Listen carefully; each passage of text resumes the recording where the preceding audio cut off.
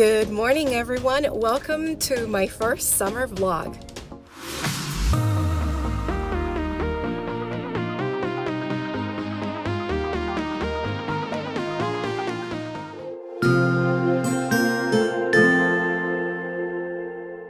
Hi, if you're new to my channel, my name is Marily Sanchez and I'm a 4th grade teacher in South Florida who's currently on summer break.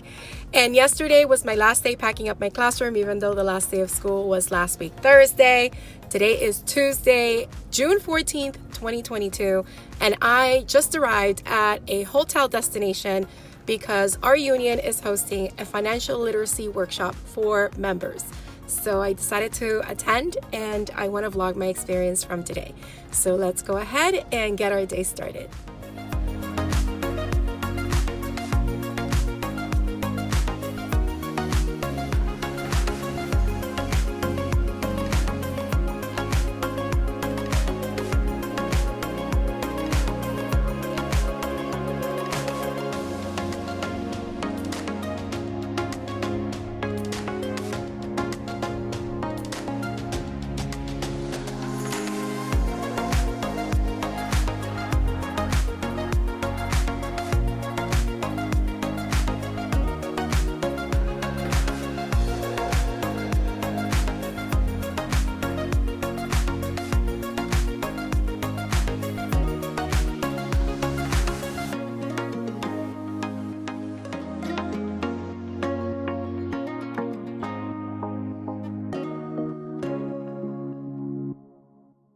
Hello everyone. So I haven't really had an opportunity to stop and share my experience in this amazing financial literacy PD, but it was so great, especially the motivational speaker at the end.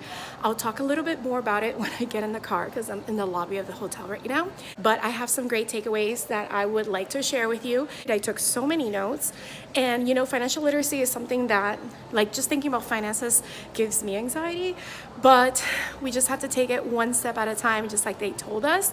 So even though it's scary, yes, it's scary, but we just need to keep pushing and trying to get past those fears and just one step at a time in order for us to see what it is that we need to do in order to get back into like a budget and make sure that we're investing and we're ready for retirement and things like that. So let me talk to you a little bit more once I get in the car.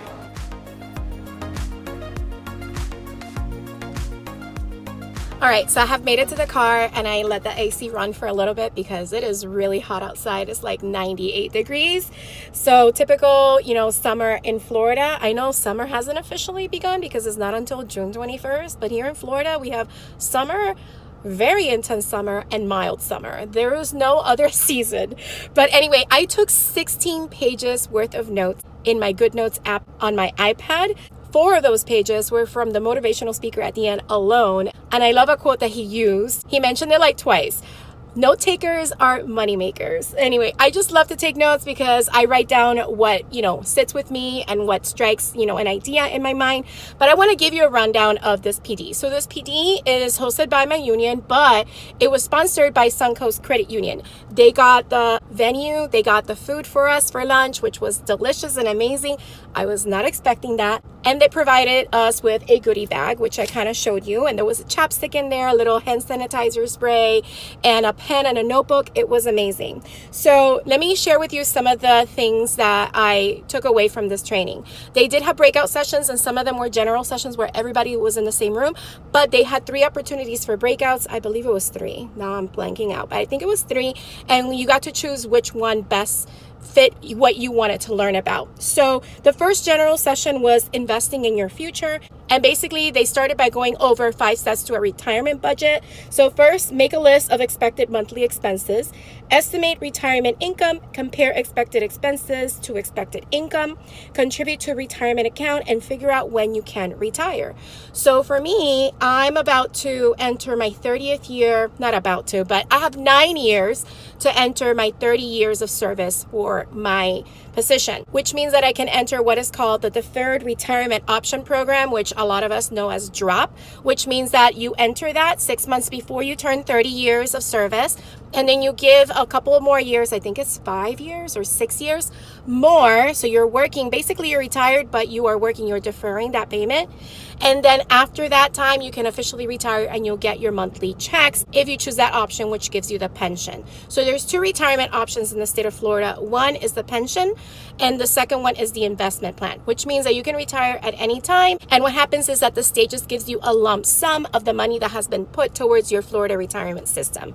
FRS for short. They mentioned a quote, which was a really good one: an investment in knowledge pays the best interest, and that's by Benjamin Franklin. So basically just learning about this, pays off in the end, because using the knowledge that we learned today, we can apply it to our own lives, and it can impact how we retire and how we live the rest of our lives. And I know, like I mentioned, a few minutes ago, thinking about finances and sitting down to write down a budget, how money is coming in, how money is coming out, how you're using it, it just, gives you anxiety, gives me anxiety, and it's kind of scary to think about. But I have to make sure that I allow time for myself this summer. This was definitely a form of self-care, and I appreciate that the union provided this opportunity for us. I know it's my first week of summer break, and I sat through a whole PD from 8:30 to 3:30. But it was worth it because it addresses an area of my life that I know that once I get started and once I implement things that I have learned in this workshop, it's going to really pay off in interest in the future. So I really appreciated that. The second session that I attended was talking more about the deferred retirement option plan, or program, I should say. And I kind of learned a little bit more about how that plan works. And then my third session was how to build a better budget. And these are my takeaways from that session. Basically, they went over why we have to budget, obstacles in getting started with budgeting, which of course, it's easy to procrastinate, feeling that there's not enough money, hard to confront past decisions, goals are overwhelming, and fear of lifestyle changes.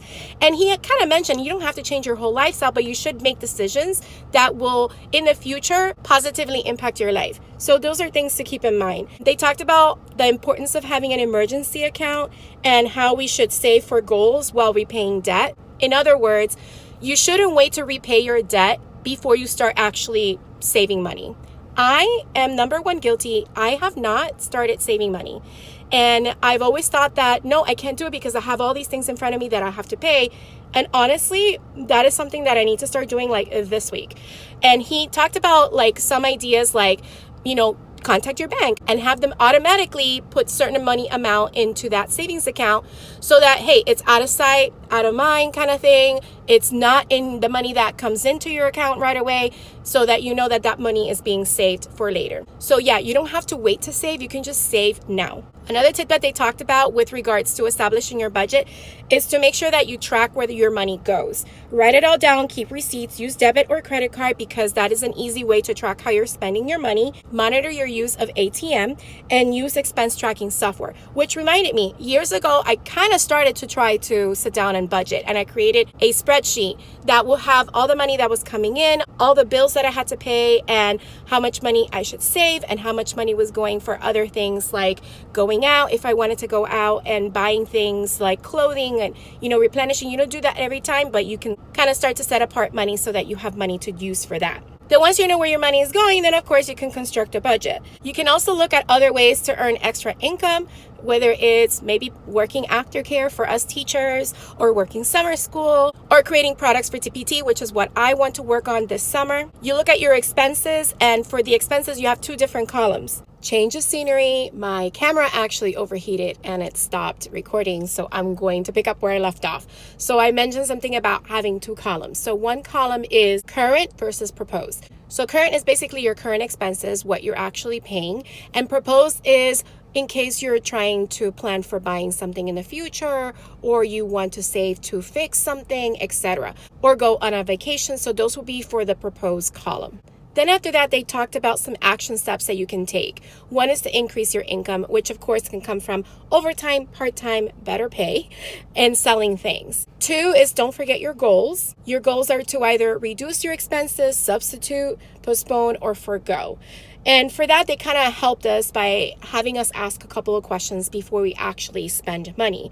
Do I need this? Do I need it now? And what would happen if I didn't have it? Number 3 will be to decrease your spending, which again, these questions will help with that. And the last thing was to stay motivated. Visualize your success, stay organized, be realistic, monitor progress, expect setbacks, and reward yourself along the way. And they said, remember, no matter how scared you are, just get started. Then I moved on to session 4, which is 10 steps to financial success. Step number 1 was establishing your goals, which was already mentioned kind of in the last session. Step 2 is to take stock, which is basically to determine where you stand right now and establish a starting point. What do you own minus what you owe? That equals your net worth. Number 3 is to create a spending and savings plan. So you're going to look at your income, your expenses, your savings, your debt, and the bottom line. One of the things that they mentioned, which was really great, is if you own a home, your home is not really an asset until you actually own it. And that is something that is really interesting to keep in mind. Step 4 is to make sure you live within your means. So make sure that you look for ways to increase your income if you need it. Prioritize your spending, reduce, substitute, postpone, or forgo.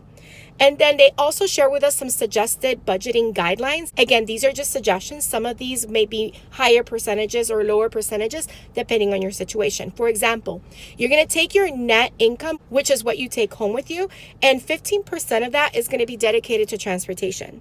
10% goes to savings, 35% is housing, 15% is to pay off your debt, and the other is 25%, which you can use for anything else that you need. Now, of course, like I said, that depends because like where I live, housing is very expensive and transportation may differ if you are paying for a car or if you already own your car. So that will decrease the amount of money that you put towards that. Step 5 was to pay yourself first. So that goes with saving money because saving enables you to pursue your goals, whatever those are. You need to save at least 10% of your income, and you should always weigh instant gratification against ultimate gratification. They recommended a 3-tiered saving plan. 1, liquid account, which is basically your emergency savings and money for debt that you want to repay. 2 is a semi-liquid account, which is a goal that you want to accomplish within the next 2 to 5 years. Maybe it's buying a new car, maybe it's saving for that vacation, things like that. And 3 is your invested account, which is something that you want to accomplish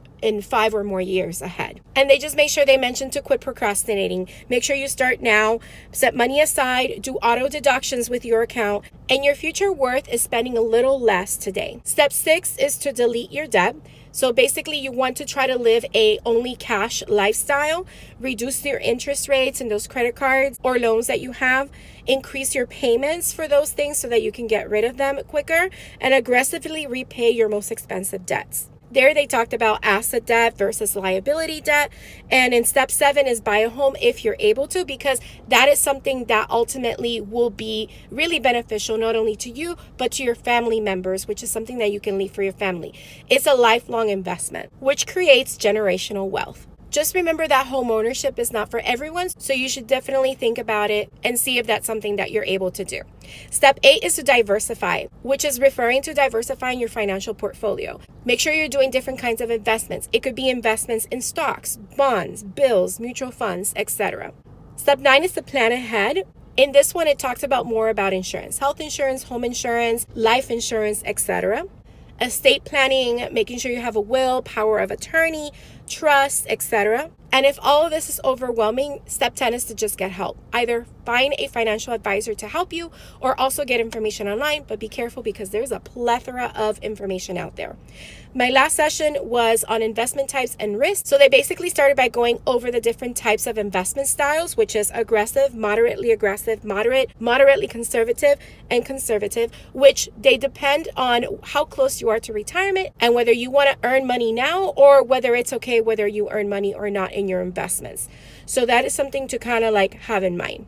And with that session at the end, they went over 4 ways to avoid emotional investing. 1 is to make a long-term plan. 2, make investing a habit. 3, check and recheck what you are investing your money in.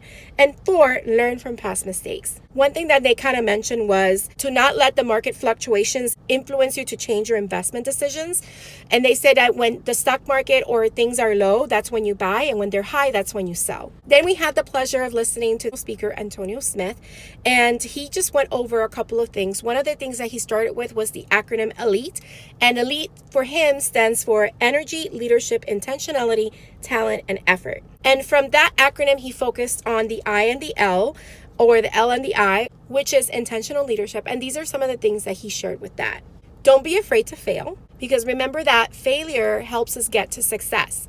So let us not let our failure define who we are. Let us instead use that failure as stepping stones towards getting us to those goals and success that we want to achieve. 2 is know who you are. And sometimes when people ask us who we are, we immediately go towards what we do, our jobs. Instead, he had us actually introduce ourselves to different people in the room and try to tell them who we are without mentioning our job or family. So that was great. Make sure you know who you are. For example, I'm someone who's very creative. I love to share with others.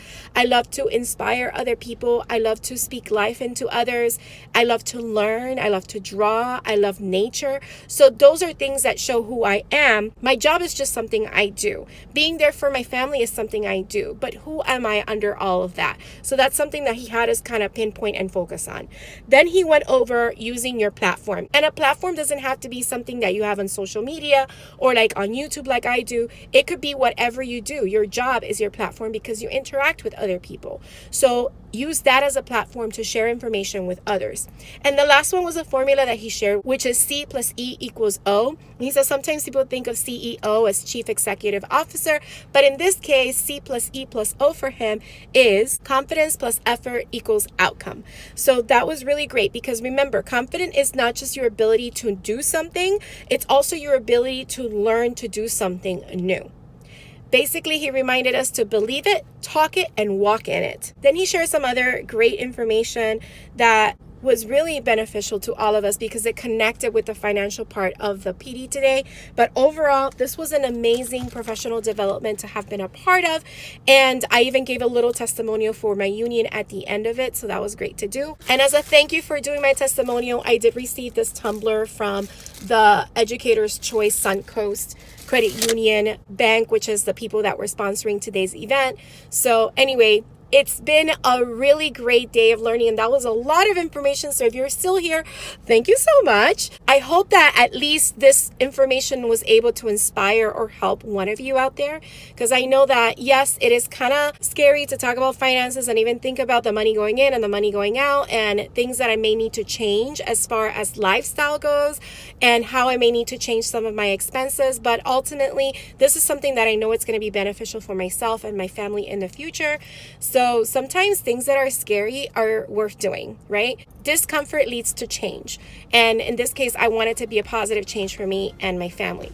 So anyway, thank you so much if you made it all the way to the end. I appreciate it. If you enjoyed this video, don't forget to hit the like button, leave a comment down below. Let me know what you thought or any questions you may have. Also, if you haven't subscribed, please consider subscribing and hitting the bell for notifications. It's free, so you don't miss any future videos. And next week, I'm going to share my experience on the Writing Institute, trying to learn about the new writing standards that Florida has and how they compare to our old standards, and learning new writing strategies and activities that I can implement with my students and share with teachers at my school. So stay tuned for that. I hope you have a beautiful, magical day, and don't forget to smile. Hello, dreamers, wishers, and magical thinkers. Thank you so much for making it to the very end of this video and for showing your support. If you'd like to subscribe, you can do so by clicking on my picture down here. You can also check out my latest videos here and here. Don't forget to believe in the magic that's inside you, because you are capable of great things. See you next time.